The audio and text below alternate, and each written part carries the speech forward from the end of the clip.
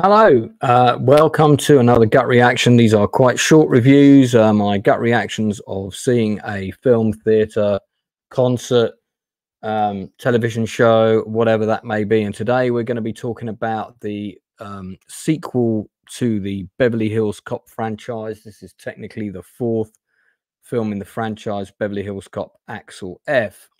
The film is directed by Mark Malloy. Written by Daniel Petrie Jr., Will Beal, and Danilo Bach. So three writers had their hand in this, and it reunites several of the characters from the original. The question is it any good?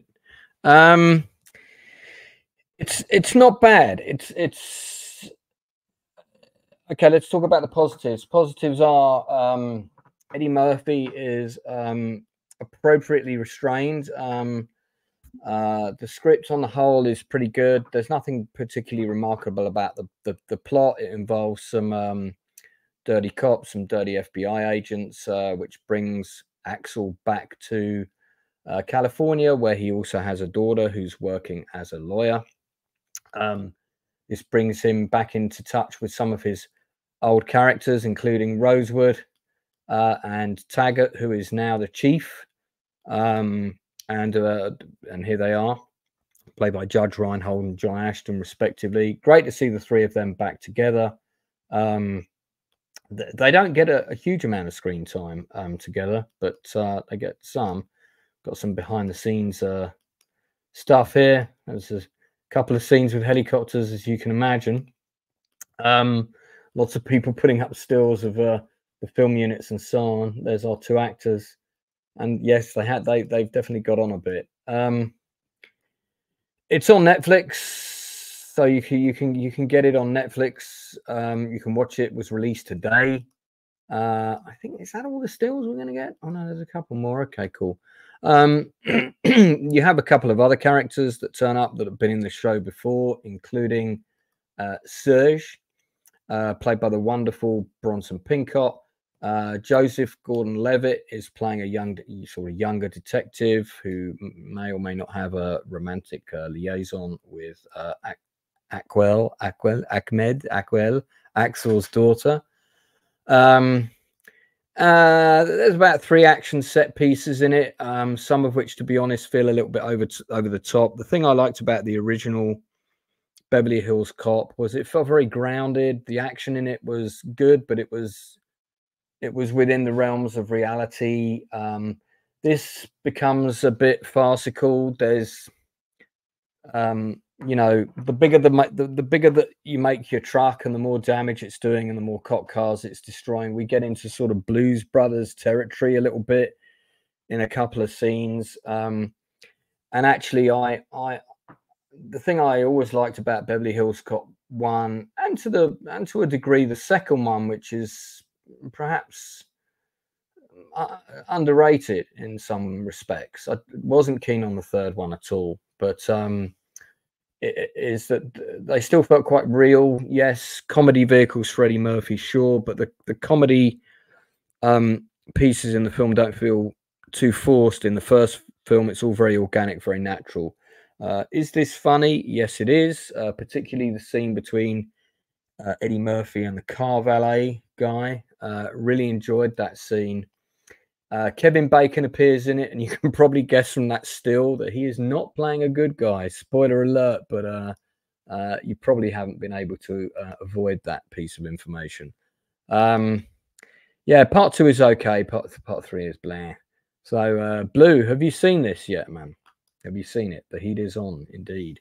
There's a lot of what they've tried to do with this is they try to do the same thing as Top Gun Maverick. You've got the same opening score. You've got several of the same songs, as well as new music woven in.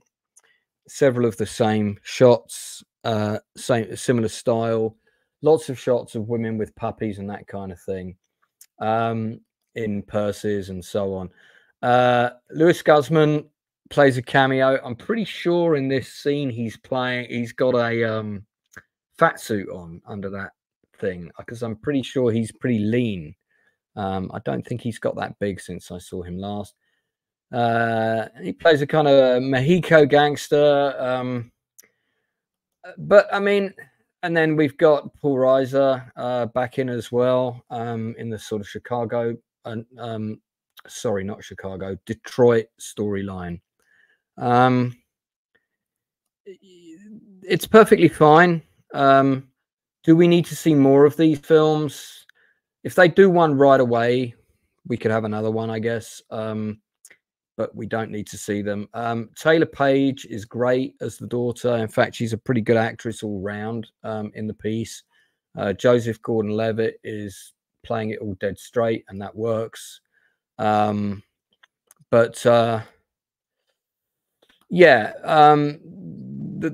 the stakes in the film really are that Billy has gone missing. So Rosewood has gone missing. But we don't really find out why or what's happening to him until quite late in the day. So that's a fair comment, Blue Collar. There's not a lot of stakes. So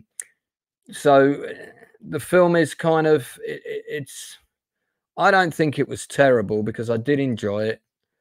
But I can't say that it was great. I think it is kind of, it's above average because of the actors and because of a couple of key moments. The action was all just very, the more over the top the action in this film, the less interested I was. Bronson Pinchot was completely underused. He didn't really need to be in the scene he was in. It would have been better if he had actually been able to do something more constructive that was connected to the plot, or even if he wasn't really connected to the plot. It felt like a very, this really did feel like a Netflix movie as opposed to a theatrical movie. They did play the music a lot. I didn't mind that because I love the score for this film.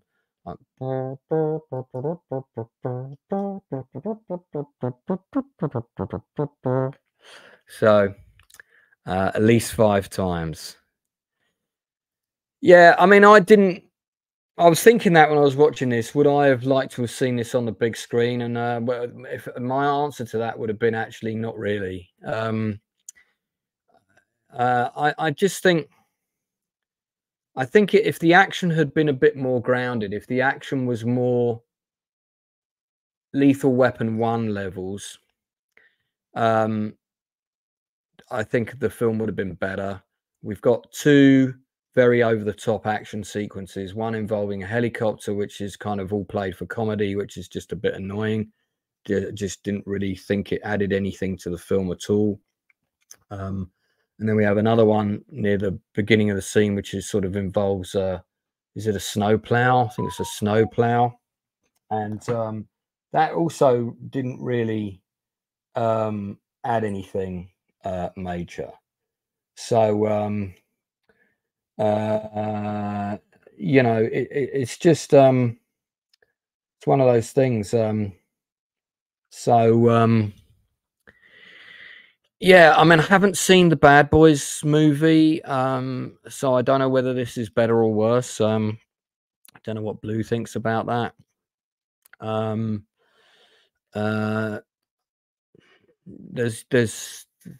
There are, I mean, the problem is, I think there's a misconception that action needs to be bigger in order for it to be better, and actually it doesn't. It just needs to be well directed. I mean, for me, the best action sequence in this was the ambush in the traffic jam, which was actually quite a small action scene.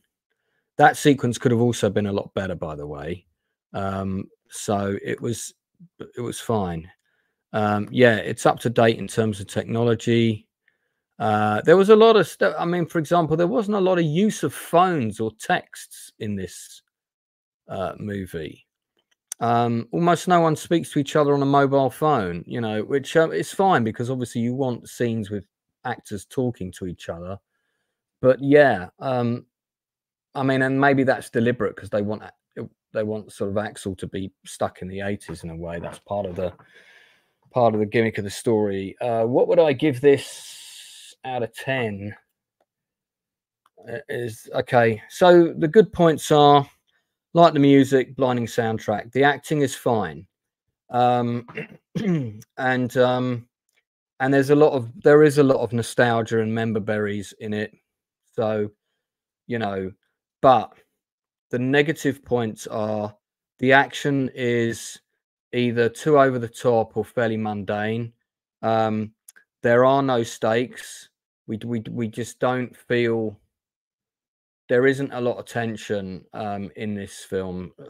For example, when in the original, wasn't Lisa Blount, was it, who played the gallery owner who worked for Victor Maitland? Forget the name of the actress. Might have been Lisa Belcher. It's available on Netflix, Keith. When she was held hostage by Victor, there were stakes there for sure. Here, I mean, someone is being held hostage, but you just, you know, it did lack tension. It lacked tension. I think the script could have been better. I think, you know, 3 writers sort of doing rewrites, tearing things apart, kind of didn't work in its favor. By the way, these 2 cops are like, if these 2 cops came and arrested me, I'd be quite happy. These are like 2 of the hottest cops on the planet. One of them is played by Melinda Sue Gordon, who, wow, she's got mainly credits in the camera and electrical department. Fancy that. So she's a cinematographer and camera and electrical. So she did a cameo. That's pretty funny. And then we have Bria Murphy, who's the other extremely attractive cop, who is just known for music videos. So she's hardly done anything. But they were pretty good. Considering they're not predominantly actors, they were pretty good because they got just a couple of little scenes. Okay, this is from the premiere. I guess that's the end of our stills. So, yeah, the plot is a bit muddled. It's not particularly strong. I think there's a whole subplot at the beginning that doesn't go anywhere. That's just kind of just to set up an action scene. I think it would have been better if they'd done a similar plot to the first movie where something happens in Detroit that's connected to California. I know that's been done, but I think they could have done it in a way. I think it would have been better if the daughter had called the dad and the daughter had gone missing from the get-go, and that's why Eddie Murphy, Axel, comes back to Beverly Hills, and because his daughter's life is at stake, nothing's going to stop him. Now that might have made for a bit of a stronger opening, but probably a bit too serious in the drama, maybe a bit too dark. I don't know. The film was fine, it was fun, but it could have been a lot better. So it's in a way, it's another IP that's, they definitely haven't listened. They haven't rubbished the IP. You know, they didn't like demean his character or anything like that, but it definitely could have been stronger. There are some funny moments. There's a lot of nostalgia box ticking. But it is worth watching. But it's instantly forgettable. It is instantly forgettable, and I don't take any pleasure in saying that. Yes, Blue Collar. I agree. We'll probably talk about this on the Nielsen ratings next week. I'm not going to do a long stream about it now. It's just a gut reaction. But yeah, I think basically it is very safe. Just it felt very, very popcorn, and maybe that'll be fine for some people. I think they're just going to do the one. I don't think there's plans to do more. I don't think we need another one, but if they are going to do another one, they should do it straight away. But I don't think they're going to do another one. Yeah, so I mean, you had Nassim Pedrad, who I'm guessing is probably a stand-up comedian. Let's have a look. best known for 5 seasons of Saturday Night Live. How did I get that right, eh? Because she basically does a stand-up comedy routine as her character, which, to be honest, again, felt like it was, as I said, the characters in the original Beverly Hills Cop all feel quite believable, even Serge. But this actress, good though she was, she's kind of funny, kind of annoying. It's almost like, right, you're wheeled in for this scene. You're going to do your stand-up comedy bit as a ditzy realtor, and then we're reeling you out again. And I just kind of, and this is the reason that Bronson Pinchot's character's here, and it didn't really gel. Yeah, I have no desire to go back and rewatch it. So I'll give it I'm going to give it a 6 out of 10, and only just giving it a 6, and that's probably because of some of the member berries for me. Did like hearing the theme tune again. I did like hearing the reuse of the music, but you know, I liked it, says Lord Toxic. Anyway, yeah, so that's it really. 9 people watching. Thanks for tuning in. It's just a quick review about Beverly Hills Cop Axel F. If you haven't seen it and you liked the original movies, by all means watch it, but be prepared not to be too blown away. It's a fairly average movie with a few fun moments. That's it. I have seen and watched The Acolyte. I don't know. Yeah, I mean, I guess we're going to review it. I'm going to jump on somebody else's stream later in the morning to discuss that in a bit. But I'm going to put The Acolyte back a little bit because I've just got a game and I want to play it. So I'm going to put The Acolyte back to half midnight. We're going to go. So just so you know, we're going to go half midnight. Yeah, I can't say the film was good. It was above average. I wouldn't say it was good. It's above average. Yeah. So guys, that's it from me. Make sure you come back and check out the Acolyte review later. I'm going to be doing a gaming stream in a few minutes, which may or may not be of interest. But I've just got a new strategy game, and I'm going to try and play a larger game in that game. So yeah, let's see how that pans out. Don't forget, we've got Band of Brothers coming up on Sunday. So yeah, join us for all of those things and more on the Outcast Creative channel. We chew the fat and give you our gut reactions on all things pop culture, film, TV and theatre. We talk the legends in the creative industry and those on the rise. We game old school. We do all of this, and a whole lot more. Like, subscribe and get involved. Join Steen Anthony Nielsen and the Outcast Creative.